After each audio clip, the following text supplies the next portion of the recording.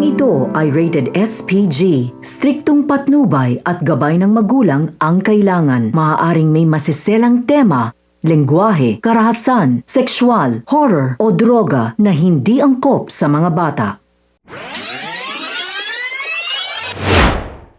Pamilya, narito ang mga pinakamainit na tagpo sa FPJ's Batang Quiapo. Sinabi ni Rigor kay Marites na nahuli na at napatay na nila ang pumatay sa coach ni Santino. Kaya naman tuwang-tuwa si Tess. Sa kabila nito ay humingi ng tawad si Rigor kay Santino, ngunit tila sadyang sarado na ang isipan ni Santino at unti-unti nang nagiging matigas ang kanyang puso.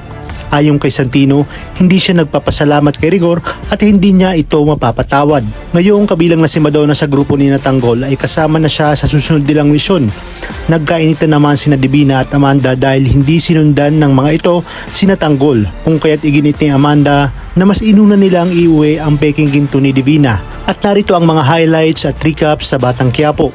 Sa pangalawang pagkakataon ay nailigtas muli ni Kidlat at Edwin si Santino matapos muntik-muntikan siyang mahuli ng kanyang tatay Rigor.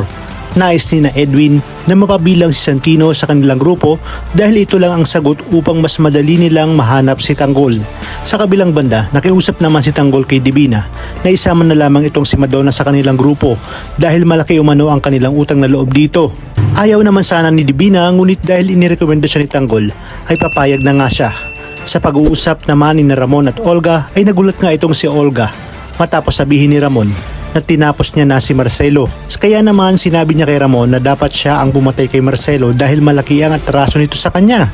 Iginiit naman ni Ramon na wala siyang pakialam sa atraso ni Marcelo kay Olga dahil binaril nga nito ang kanyang papa at ang kanyang hilaw na anak na si David.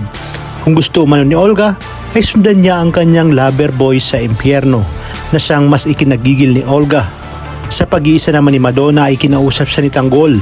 Sinabi ni Tanggol na tumanaw lang siya ng utang na loob kay Madonna. Sa katunayan, hindi pa rin siya makapaniwala dahil alam niyang tapat ito kay Don Facundo.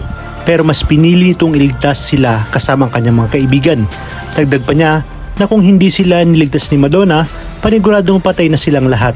Kaya namang kinausap na niya si Boss Divina at pumayag na sumama na ito sa kanilang grupo.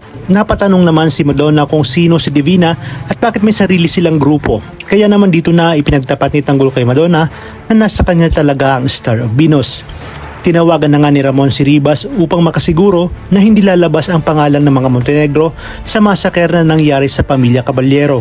Tuwang-tuwa naman si Don Julio nang malaman niyang patay na ang mga Caballero, kasama nga itong si Marcelo. Sa kabila nito ay nangihinayang si Don Julio na kung hindi naging sakim si Facundo, marahil mas malakas sana ang kanilang puwersa.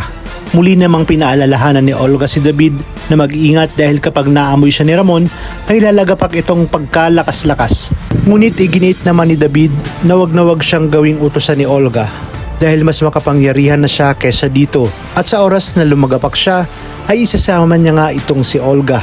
Kung kaya't sinabi ni Olga na kinakailangan niya ng bagong tauhan na magagamit sa muli niyang pag-angat sa pamilya ng mga Montenegro. Kaya namang kapamilya, tuloy-tuloy ang pagtutok sa nangungunang serye sa primetime.